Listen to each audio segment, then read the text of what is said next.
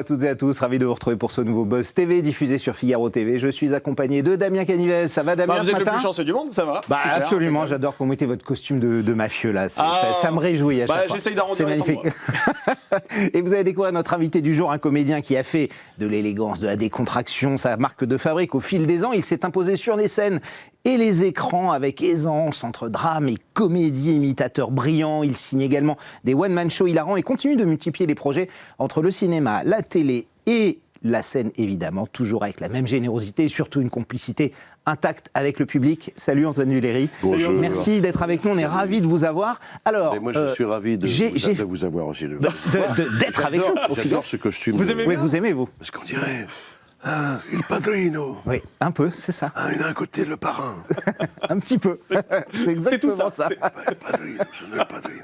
Je suis ravi d'être là. Eh ben, on est ravis de vous avoir parce que votre actualité est chargée sur les écrans. Lundi prochain, il y a RIP, La mort vous va si bien sur TF1. Et la semaine d'après, Panique au grand magasin. Ah, oui. Décidément, vous squattez. Avec Arnaud Ducré. Avec Arnaud Ducré et Tom Villa, évidemment. Et Tom Villa, qui sont Vous formidables. squattez les écrans de TF1 là, pendant 2 semaines consécutives. Qu'est-ce qui se passe que le service public n'a plus les moyens de vous faire tourner, Antoine? On sait qu'en ce moment, ils ont besoin de faire des économies. Et vous êtes très cher, c'est évidemment. parce que, vous savez, les projets, quelquefois, ils passent au même moment, alors qu'on les a fait d'une façon très...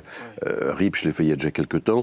Le grand magasin, je l'ai fait plus récemment. Puis d'un coup, les films sortent en même temps. C'est comme au cinéma. Vous savez, quelquefois, on fait 2 films très espacés. Puis d'un coup, ils sortent. Alors, on a l'impression, ils n'arrêtent pas. Mais non, c'est un peu le hasard du calendrier. Mais c'est vrai que ça m'a permis de faire des choses très diverses et variées, comme j'ai fait depuis le début que j'ai commencé ce beau métier.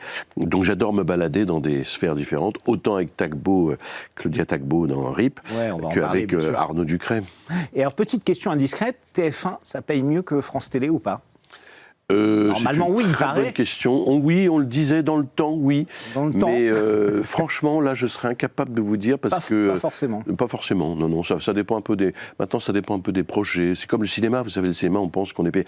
Ça dépend vraiment des projets. Si vous tournez dans un film très cher, vous pouvez gagner correctement votre vie. Si vous faites... Moi, j'ai fait des efforts pour des films formidables, mais qui étaient des films à petit budget, où le rôle me plaisait, où j'étais payé 3,50 €. Mais je m'en fous. Vous aviez au moins une boisson chaude quand même, non? Pardon? Vous aviez au moins une boisson chaude d'offert? Alors, une boisson chaude et quand même un hôtel gratuit. Sympa. Un hôtel. C'est pas mal. Mais vraiment, ça dépend des projets. C'est vrai que le public, souvent, il pense que... Mais ça dépend vraiment des choses, des objets. Quelquefois, on fait des efforts et on a raison de les faire. On va poursuivre cet entretien dans un instant, évidemment. On va parler de toute l'actualité d'Antoine Duléry. Et elle est chargée, vous allez le voir, il a plein de choses à nous raconter. Ce sera après les news médias de Damien Canivez. Et on commence ces news avec la gagnante de l'élection Miss France. Mais c'est samedi l'élection, Damien. Comment vous connaissez déjà la gagnante de Miss France? Je suis dans les petits papiers du jury, moi, vous savez. Non, j'y crois pas une seconde. Vous savez que moi aussi je le sais, parce que vous savez c'est qui la gagnante. Ah oui, c'est qui, dites-nous? C'est moi. Oh là là, de toute façon, on aurait voté pour vous. Ça, c'est la barbe. C'est assez novateur. C'est très moderne. C'est très moderne, ouais. C'est dans l'air du temps, 2025. Dans l'élection, vous le savez, se tiendra dans un peu plus de 24 heures au Zénith d'Amiens. Ce sera diffusé même en direct sur TF1 sous la houlette de Jean-Pierre Foucault. Alors, impossible en effet de certifier avec certitude qui va remporter le diadème de la reine de beauté, puisque l'élection n'a pas encore eu lieu, mais un cabinet de conseil spécialisé en data et en intelligence artificielle a publié cette semaine ses prévisions qui découlent de plusieurs critères. Alors déjà, la notoriété de la candidate sur les réseaux sociaux, la démographie également de sa région, les résultats des années précédentes, la composition du jury, etc.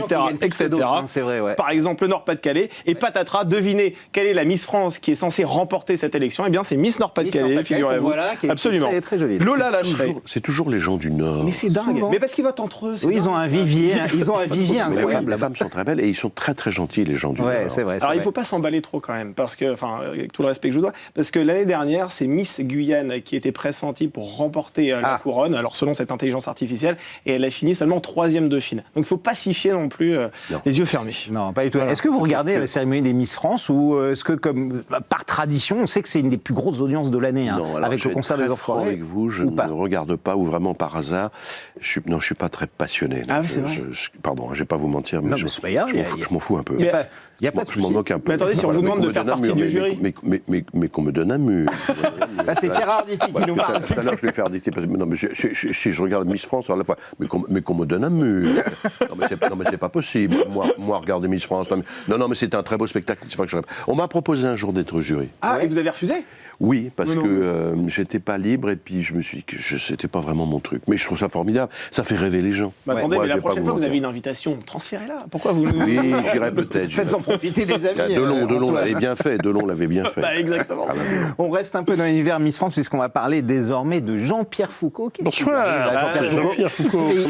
On a tous les invités, mais Salut, lui, il ça les a va, tous. bonsoir. On va faire le 50-50. Comment ça va? Ah, ça va pas mal. Il est alors. très sympathique, Jean-Pierre Foucault. Ah, il est super. Moi, Adorable. je peux juste On vous l'a souvent raconter une reçu anecdote ici. très courte. J'ai fait un faux qui veut gagner des millions avec lui pour le mariage de mon cousin qui connaît Jean-Pierre Foucault. Avec ma femme, on a fait un faux qui veut gagner des millions et il a été extra. Ah ouais. Il est très généreux. c'est Un vrai, bon même acteur en plus, interview, hein. Il c'est joue vrai. bien. Ouais. Alors c'est vrai que cet animateur, Jean-Pierre Foucault, a accordé un entretien à la Tribune Dimanche récemment, au cours duquel il revient sur un revers professionnel, figurez-vous, qu'il a connu au cours de sa carrière. beaucoup, Alors ouais. il s'agit de son départ forcé d'RTL. C'était il y a plus de 10 ans, en 2014. Jean-Pierre Foucault animait alors, vous vous souvenez, La Bonne Touche, c'était chaque week-end. Et il a été mis sur la Cyril touche. Hanouna, d'ailleurs. Voilà. C'est ça, exactement. Avec Cyril Hanouna. Il a été mis un peu à l'écart, c'est vrai, de façon assez soudaine par l'ancien patron de la station, Christopher Baldelli. Alors c'est une décision qui lui reste un petit peu encore aujourd'hui en travers de la gorge. Hein. Il affirme qu'il en veut toujours à son ancien supérieur hiérarchique. Ce n'est pas juste, j'ai toujours été respectueux de la maison, fidèle, loyal, et je n'ai jamais compris pourquoi il m'a mis dehors. Alors il y a peut-être une explication quand même, c'est qu'à l'époque, souvenez-vous, Laurent Ruquier prenait la tête des grosses têtes, hein. C'est lui qui remplaçait Philippe Bouvard, et il fallait trouver aussi une place à Philippe Bouvard, et c'est la raison pour laquelle peut-être, dans un jeu de chaises musicales, Jean-Pierre Foucault a été sorti d'RTL. Ouais, absolument. Un jeu de Mais enfin, chaises bon, il va musicales. bien Ça, quand même, ça il va arrive. bien. Oui. Est-ce que ce genre de désillusion professionnelle, j'imagine, quand on est acteur, ça vous est déjà arrivé? Un casting qui vous est passé sous le nez, un rôle, un truc, c'est. Ah oui, ça Il y en m'est a arrivé. une. Ça m'est arrivé plein de fois. Non, alors qui vous revient j'ai fort pas et qui est su, un gros regret. non, mais ça m'est arrivé pas tant que ça, mais ça m'est arrivé bien sûr. Ça m'est arrivé encore de faire de temps en temps, c'est rare, mais de faire des essais. Et je comprends que quelquefois, moi j'ai fait des essais pour François Ozon, par exemple, Ouais. il y a quelques années, qui avait été charmant. D'ailleurs, il était là, etc. Et ça s'est pas fait. Il a pris un autre acteur qui avait absolument rien à voir avec moi, D'accord. qui s'appelait je sais plus comment, qui était un type très baraqué, etc. Mais Comme vous. c'est la vie. Non, pas du tout. Donc ça nous arrive, bien sûr. Bah oui, on est tous. L'acteur est toujours un peu sur la C'est l'être, un objet de la désir. sellette, ça qui l'est tellement, peut- donc on oui. est, ou alors quelquefois on remplace un acteur au pied levé et c'est souvent le cas. Beaucoup d'acteurs ont fait des carrières sur le refus des autres. Oui, bien sûr. Plein d'acteurs ont fait ça. Ils le disent d'ailleurs. Oui, oui, Par absolument. exemple, Cluzet, je crois, il a accepté des trucs que n'ont pas fait Auteuil. Plein de gens. Mais c'est la vie, c'est comme ça. Pareil d'Intouchable. Anconina, moi j'ai sans doute. Dujardin et Daniel Auteuil n'ont pas fait les ch'tis. Oui, C'est exactement. arrivé chez Et puis Cadmerade, voilà, finalement. mais Voilà. je crois que, vous savez, les projets se font avec ceux qui devaient les faire. Et puis c'est tout. Moi, je sais que je suis arrivé parfois tard sur des projets parce que j'ai remplacé quelqu'un au pied levé. Mon agent a dit j'ai quelqu'un pour toi, c'est du Léry. Notamment, je crois que le Bazar de la Charité. Ah ouais, pas mal, ouais. Je suis arrivé quand même Un énorme succès sur tardivement. TF1, ouais. Énorme, et je crois qu'il y avait un acteur qui n'a pas pu le faire. Mais c'est pas tant mieux, du moment qu'on fait les rôles. Mais malgré tout, est-ce qu'il faut avoir les épaules solides quand on exerce ce métier? Est-ce que c'est difficile parfois de faire le deuil d'un rôle que l'on a souhaité? Bien sûr, c'est très difficile. Ouais. C'est un métier très difficile, c'est un très beau métier, mais oui, c'est un métier très dur, mais superbe. Il y en a, mais parfois, ça peut être dangereux. Oui, ça peut être dangereux. Ouais. J'ai connu un acteur qui est quand même... alors il y a pas forcément que à cause de ça, mais beaucoup de désillusions, des gens qui ne le rappellent pas, une série qui lui échappe, enfin, bon, bref. Creux de la vague. Cet acteur, il a carrément... il a mis un terme à sa vie. Ah oui, vraiment. Oui, donc oui. c'est des métiers difficiles, Ouais. il faut avoir quand même un peu de... Il faut avoir une bonne truc et une bonne famille, surtout. Oui. Ce que m'avait dit un jour Auteuil, j'étais en Corse par hasard dans un hôtel, il m'a dit « Je te vois avec ta famille, tes enfants, t'as une belle famille. » C'est important, tu sais, dans le métier. Il faut avoir un socle. Oui, sur lequel C'est vous pouvez très, poser, très ouais. important. Parce que vous savez, moi, j'avais 15 ans, j'étais au lycée de Saint-Cloud, une toute petite anecdote, hein, et je voulais déjà faire ce métier, et j'étais quelqu'un de très timide, et un acteur, très gentiment, est venu dans notre classe, pour parler, parce qu'il habitait Saint-Cloud, pour parler du métier d'acteur. Ouais. Et moi, j'étais tétanisé. Et il a dit cette phrase, il m'a dit, vous savez, le métier d'acteur, c'est comme une orange. On coupe en deux. Tant qu'il y a du jus, ça va. Quand il n'y a plus de jus, on vous jette. Et je me suis dit, c'est ça le métier d'acteur. C'est très... C'était qui, vous vous souvenez? C'est très friable. C'est très comme ça. Et cet acteur, C'était pas Lino Ventura, non, par hasard. C'était Lino Ventura. Mais oui, il habitait Saint-Cloud. Ouais, c'était Lino Ventura. Et donc, ça m'a beaucoup marqué sur le fait que ce métier est un métier difficile et que rien n'est jamais acquis. Mais c'est un très beau métier. Bah oui, exactement. Fait d'émotions et des illusions aussi. Exactement. Voilà. Terminé pour les news, Damien. C'est fini, Nicolas. Il y en aura d'autres évidemment dès demain, dès lundi. Vous les retrouverez. Place au grand entretien du Buzz TV. Nous sommes avec Antoine Duléry. Il est en pleine forme. RIP, la vie vous va si bien, c'est le titre de la fiction qui sera diffusée lundi prochain sur TF1. Vous y jouez au côté d'un casting de choc, dans lequel on retrouve Philippe Lelouch, Guy Lécluise, Ophélie Jacob et évidemment l'incomparable Claudia Tagbo qu'on voit ici. Comment vous vous êtes retrouvé dans cette série, Antoine ? Eh bien, écoutez, je ne sais pas. Je suis arrivé, il y a de la lumière. Non, vous savez, souvent on m'appelle, on me dit voilà, on a pensé à toi pour tel rôle, etc. Je ne sais plus franchement, mais j'étais ravi de retrouver cette équipe formidable. Et puis comme je fais le concurrent, il y a eu exactement une première concurrent de Claudia, et Claudia m'a accueilli vraiment à bras ouverts. C'est une fille formidable que je connaissais pas plus que ça, et elle est super, vraiment. Elle m'a dit, je suis content que tu sois là. C'est une entreprise de pompes funèbres dont elle hérite. Voilà. Et moi, je suis son concurrent. Je suis un peu le salopard de la série. Absolument. On a des scènes assez amusantes, et moi j'aime bien jouer les rôles un peu de salauds qui n'ont pas l'air de l'être, mais qui le sont. C'est des rôles très amusants à jouer. Parce que j'ai fait beaucoup de comédies. C'est une comédie, mais c'est avec un fond un peu. Vous plutôt les types sympas en général. Et puis c'est vrai que c'est sur un truc un peu rare, qui est quand même le milieu des pompes funèbres, qui n'est pas forcément très gai. Mais il y a une super équipe, et Claudia est vraiment une fille que j'apprécie beaucoup. Vous la connaissiez avant ce tournage ? On s'était croisés, mais je ne la connaissais pas plus que ça. Mais vous savez, dans ce métier, on se croise beaucoup. Oui. On se renifle. Et alors, parlez-nous un peu de ce phénomène-là. Elle est comment sur les tournages ? Parce que Claudia Tagbo, c'est une boule d'énergie, c'est incroyable. Mais vous savez, elle est c'est toujours pareil. Les humoristes comme ça, ils ne sont pas toujours à faire le con en permanence, sinon ils exploseraient. Mais elle a la pêche. Non, elle a vraiment la pêche, mais elle est très professionnelle. Elle sait son texte au rasoir. Elle est là, mais elle déconne entre les prises. Elle est là. Elle a la pêche, donc elle vous entraîne dans sa pêche. Ouais, et elle est heureuse, elle vous accueille, parce qu'elle, c'est vraiment elle qui a le rôle principal. Elle vous accueille vraiment à bras ouverts. C'est très joli. À bras ouverts. Alors, oui, à bras ouverts. Ça me rappelle la phrase de Julio Iglesias qui disait « Les Américains, ils vous accueillent les bras ouverts, mais ils ne les referment jamais. » Oui, c'est vrai. Vous avez raison. Des Américains. C'est pas mal. Exactement. C'est une bonne expression. Bien vu. Alors, on va rester sur TF1. On va conserver le lundi. Cette fois, ce sera le lundi 15 décembre. Vous serez à l'affiche de Panique au Grand Magasin. C'est une fiction avec Tom Villa, Arnaud Ducret, avec un casting démentiel. Arnaud Ducret, Tom Villa, évidemment, Lionel Astier, Franck Dubos, Michel Bernier, François-Xavier de Maison, et j'en passe. Comment avez-vous rejoint cette aventure ? C'est un film choral ? Eh bien, je ne sais pas. Non, non, c'est tout simplement Arnaud Ducret, que j'ai croisé plein de fois aussi, que je connais comme ça un petit peu, et qui lui aussi, je dois dire, est un garçon absolument délicieux. Mais moi, je n'aime que les gens sympathiques et délicieux, donc ça tombe bien. Mais c'est la vérité, je ne suis pas là à béni oui, tout le monde il est beau, tout le monde il est gentil, mais ce sont vraiment des gens sympathiques. Et Arnaud m'a appelé tout simplement, il m'a dit, écoute, voilà... on s'est croisés plein de fois avec Arnaud, mais on n'avait jamais travaillé ensemble. Il m'a dit, on avait fait un sketch, des Inconnus. Avec Berléand. Sur TF1 aussi, non ? Oui, Berléand, lui et moi, on avait fait un sketch, Les Chasseurs. Et puis il m'a appelé, il me dit, écoute Antoine, voilà, j'aimerais beaucoup que tu viennes nous rejoindre pour faire le directeur du magasin.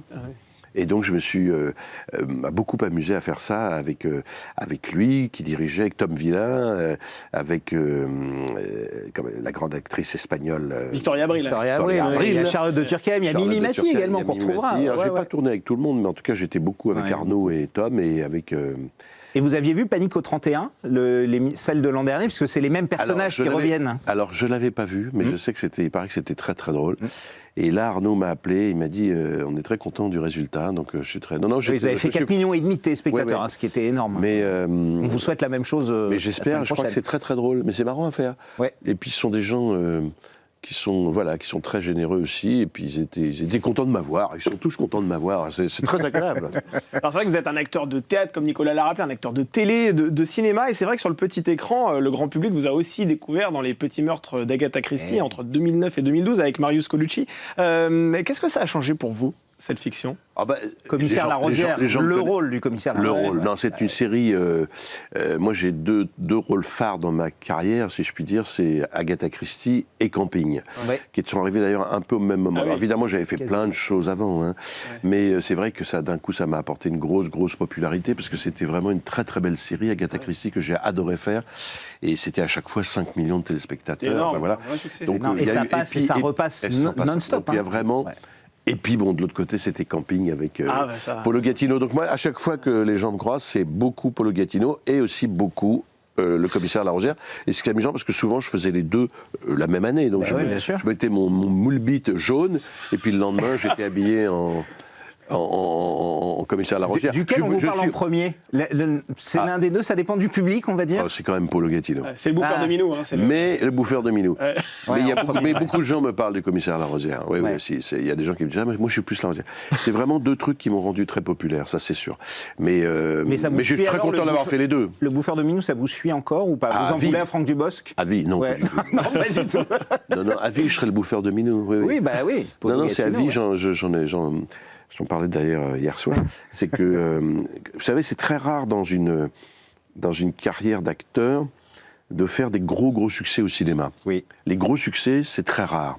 Camping, ça ne nous appartient pas. Hein. Il y a des grands acteurs, des très grands acteurs qui n'ont jamais fait d'énormes succès au cinéma. D'un coup, on est, comme les Bronzés, comme les autres, on a été, pas victime, mais on a fait un carton. On ne savait pas, hein, sinon on ferait que des cartons. Et c'est très rare dans une vie d'acteur. Donc moi, à vie, je serais Polo Gattino et le bouffeur de Minou. Alors, et vous l'assumez. Ce qui était amusant, bien sûr. Mais vous savez, Junio, il me racontait, Gérard Junio, avec qui j'ai tourné, il y a longtemps, j'ai fait un très joli film qui s'était Meilleur espoir féminin. Ouais. Et Gérard, que j'aime beaucoup, me disait, quand il tournait avec Noiret, qui avait déjà un certain âge, dès que quelqu'un se précipitait vers Noiret, pour lui demander un autographe, Noiret se tournait vers Junio et fait « Regarde Gérard, ça va être le vieux fusil ». Et à chaque fois, c'était le vieux fusil. Vous savez, à la fin d'une carrière, on est 2-3 films. Ouais, on retient 2-3 Tant mieux, parce qu'il y en a qui se Cyril Hermite, il me disait, moi, c'est tout le temps, évidemment, les Popeye. Pas que, mais beaucoup ça. Père Noël est une ordure. Voilà, et moi, ce sera toujours Polo Gattino et Larosière, etc. À vie, mais quand il y a le dîner de con pour Thierry Lhermitte. Bien sûr.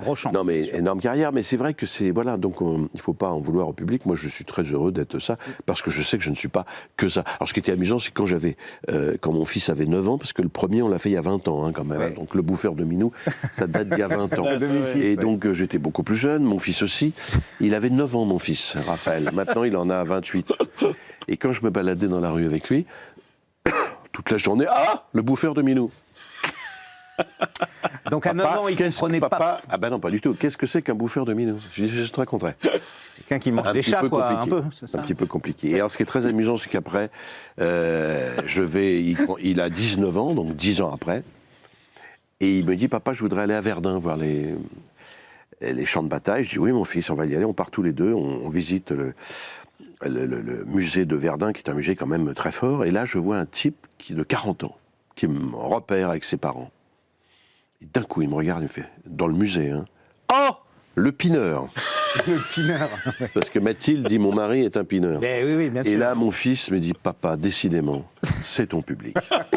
C'est formidable. Vous imaginez.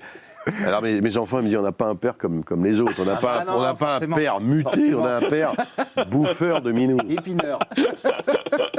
Alors c'est vrai qu'on le sent à travers vos propos que le cinéma c'est vraiment votre passion, et ça tombe bien parce que samedi au Palais des Congrès aura lieu la Tarantino Symphonic Celebration. Alors c'est un ciné-concert avec orchestre symphonique, on le précise, 200 chœurs et la chanteuse Liz McComb, voilà, alors c'est une partie des bénéfices, on le rappelle, et on le précise. Pour le SIDAction. Voilà, qui seront reversés au SIDAction. C'est pour ça que je suis là pour en parler. Voilà, et vous êtes un vrai fan de Quentin Tarantino? Oui, moi Norbert Saada qui produit. Ah oui, j'adore. Norbert Saada qui produit le spectacle avec Thierry Chabreau m'a dit, voilà, je suis un peu leur messager, évidemment, beaucoup pour le SIDAction.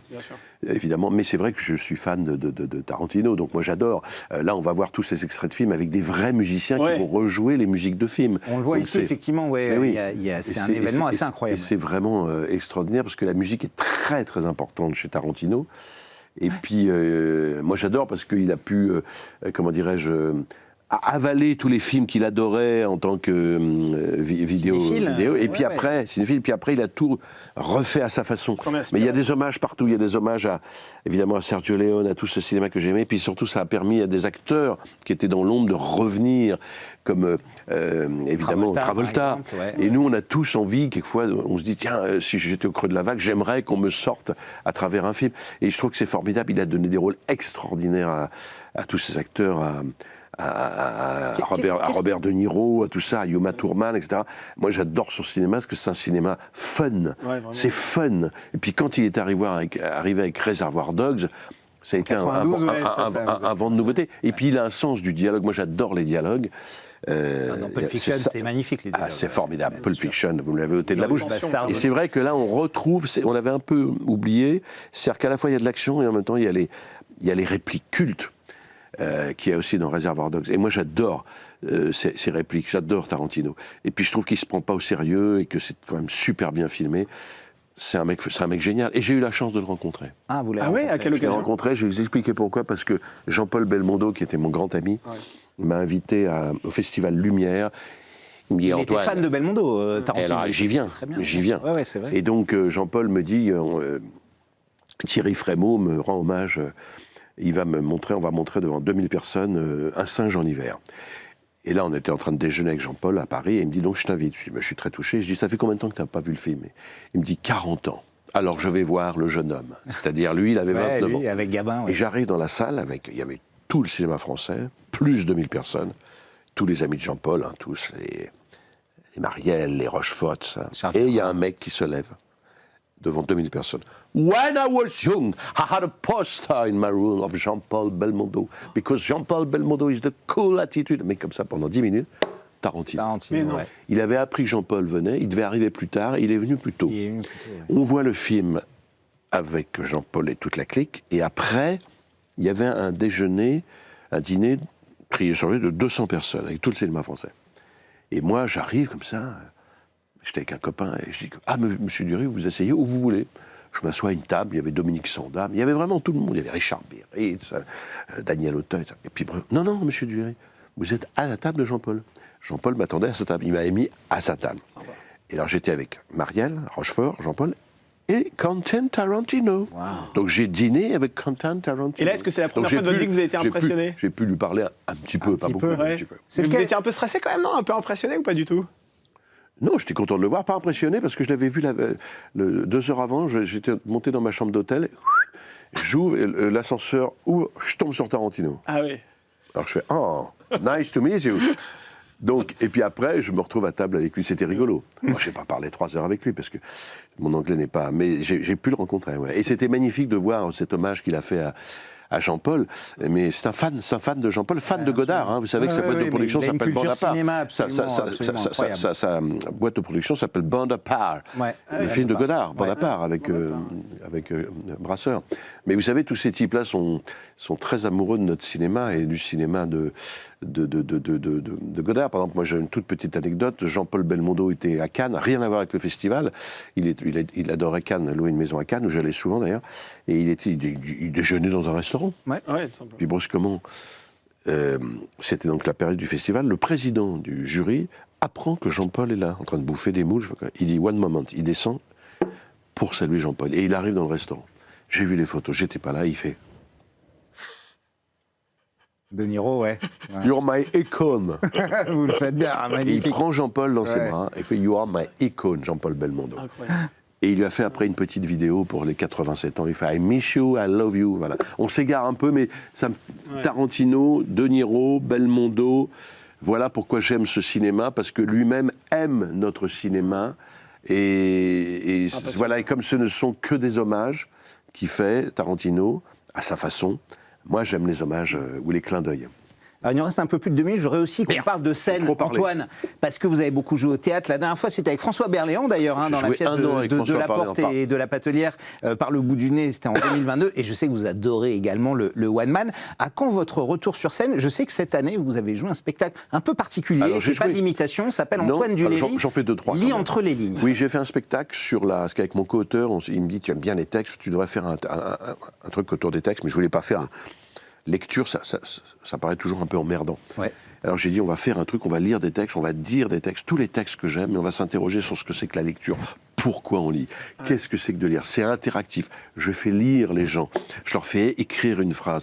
Je parle des choses qu'on ne lit pas, de la chanson, du théâtre. Je commence mon spectacle en disant, mesdames, messieurs, je vais vous lire un texte. Je vais vous lire beaucoup de textes, mais je vais commencer par un texte qui m'émeut particulièrement et que je lis tous les soirs avant de m'endormir. Et là, je vais vers un vieux livre, sauf que derrière, il y a un médicament qui est caché. Et je lis la notice du médicament. Ah, c'est génial. On voit Alors, l'affiche, les gens- c'est génial, parce qu'on aurait adoré avoir un prof comme vous qui nous fait, c'est qui ce nous qu'ils m'ont fait la dit, c'est ce lecture. que me disent les gens. Et donc, top. je commence le spectacle, les gens se marrent, je dis, mais oui, mais ça vous fait rire, mais je lis. On lit de tout, des romans, des poèmes, des tweets, et malheureusement, qu'est-ce qui est le plus lu aujourd'hui? Ce sont les textos. Les textos, Vous voyez, donc bah, tous les bien sûr, textes ouais. sont en rapport avec le monde d'aujourd'hui.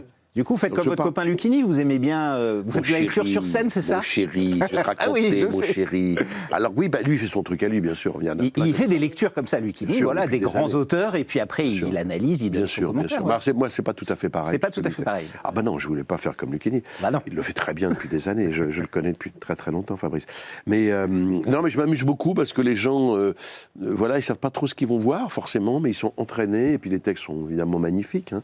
Et puis ça va de Francis Blanche à Paul Valéry, de Barbara, etc. Alors je glisse quand même 2-3 petites imitations. Je fais Barbara, un petit Serrault parce que c'est en lien Bah, avec bien sûr, et normal. et puis Lucchini à la fin. Ah, formidable. Bah justement, Lucchini, Damien. Mon chéri. Bah, on Il y a une adore. anecdote. Bah Ah oui, oui. l'anecdote avec On Johnny. attend. Oh, elle est connue Il y a celle-là. une anecdote avec Johnny que j'adore. Je vais que vous me la racontiez encore pour ceux qui ne l'ont pas connu. Avec Fabrice Lucchini, vous étiez avec Johnny Ouais. Hallyday. Oui, c'est-à-dire que c'est une histoire que j'ai beaucoup racontée, mais qui est très vraie. J'ai amené le film Jean-Philippe avec Fabrice Lucchini et Johnny Hallyday, et moi aussi. C'est moi qui l'ai amené à Johnny, le Ouais. film, par ma copine Barbara Schultz. Voilà, donc j'ai emmené le scénario. 1 heure après, il me dit, je fais le film. Et puis Fabrice a hésité beaucoup. Il ne savait pas s'il voulait faire le film, ça, ce qui énervait un peu de Johnny. Ça, ouais. Il a le droit, il avait le droit d'hésiter, Fabrice, il hésitait. Bon. Et puis moi, un jour, j'étais chez Johnny, on prenait un petit café tous les deux à Bar-de-la-Coquette, dehors, hein, il faisait très beau. Puis brusquement, on l'appelle au téléphone, alors il rentre chez lui, il ressort dans le jardin, et il me dit, dis-moi Antoine, Fabrice a appelé, sans doute pour me donner sa réponse, enfin, bonne ou mauvaise, sur le film, et je ne l'ai pas pris au téléphone. Mais je dis, pourquoi tu ne l'as pas pris au téléphone? Parce que ma gouvernante, qui ne parle pas très bien français, elle me dit, monsieur, c'est Fabrice Le Kiné. Et moi, je connais Fabrice pas de Le kiné Kiné. qui s'appelle Fabrice. Et donc, ça m'est arrivé à moi. Et donc, Fabrice a appelé 23 fois. Il s'est fait raccrocher au nez jusqu'au moment où il s'est dit Fabrice Le Kiné, c'est peut-être Fabrice. C'est peut-être Lucchini. Et en plus, c'est drôle, c'est que c'est une anecdote que vous réentendez après dans Paris avec des gens Je qui l'ai vous la raconté racontent. évidemment beaucoup et je la racontais Ben ouais, sur bien scène, sûr. puisque bon, voilà, je ne l'ai pas inventé. Et un jour, Rochefort, que je connaissais un petit peu par Jean-Paul Belmondo, me fait mon grand, j'en ai une bonne à vous raconter sur Johnny, Fabrice Le Kiné. Je dis, mais Jean, c'est à moi qu'elle parle. J'étais là. Et elle avait fait le tour de Paris. Ça, c'est On magnifique. a tous des anecdotes sur Johnny, mais c'était un type formidable qui nous manque beaucoup. Et moi, Ouais, c'est j'adorais. J'avais beaucoup d'amitié pour Johnny, beaucoup. Et c'était quelqu'un de très gentil. Et bon, c'est un génie de ce qu'on sait. Hein, Et vous lui rendrez chanteur. peut-être un hommage bientôt. Oui, sur oui, scène. Vous peut-être. avez On en parlé, mais reparlera. vous reviendrez On en nous voir, reparlera. évidemment. Mais, Merci beaucoup, Antoine j'aimerais Duléry, bien d'être lui passé. rendre hommage. Je rappelle qu'on vous retrouve lundi sur TF1 dans RIP, le lundi suivant, toujours sur TF1 le 15 avec Panique au Grand Magasin. Génial. Et vos lectures qui se poursuivent et le concert de Tarantino. On Tarantino, arrête pas où ça. il faut venir parce que Ah c'est oui. formidable. Pas des congrès, c'est C'est exceptionnel. le 6 décembre et en plus, la plupart sera reversée au site d'action. Il ne faut pas l'oublier. Et c'est très important de le signaler. C'est très important. Nous, on sera là lundi, Damien, avec Ah les oui. concurrents de L'amour est dans le pré, Pierre et Frédéric. Ne ratez pas ça. D'ici là, prenez soin de vous et merci de votre fidélité. Merci.